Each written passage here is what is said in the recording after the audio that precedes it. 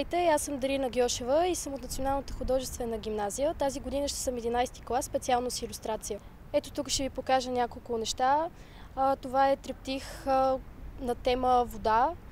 Участвах в конкурс на НДК в специалност графика. Това е плакат на тема "Чети и мечтай", който участвах в каузата на Министерството на културата от "Чети с мен". И другите са учебни рисунки. Рисувам от около 5-6 години. От малка съм насочена към изкуствата.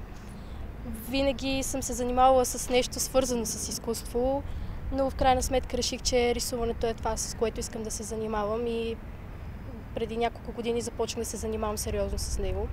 Стремежът ми е сега да ме приема 2D и 3D анимация в Англия и се готвя за това. Имах възможност преди няколко месеца да замина за Англия за 2 седмици.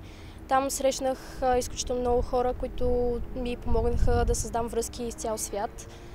Обичам в свободното си време да излизам с приятели, да обикаляме парковете, да пътувам, да срещам нови хора и като цяло купон.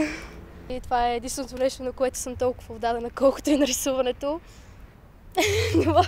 Обичам да слушам рок, слушам метал. Избери си Hell and Godsmack.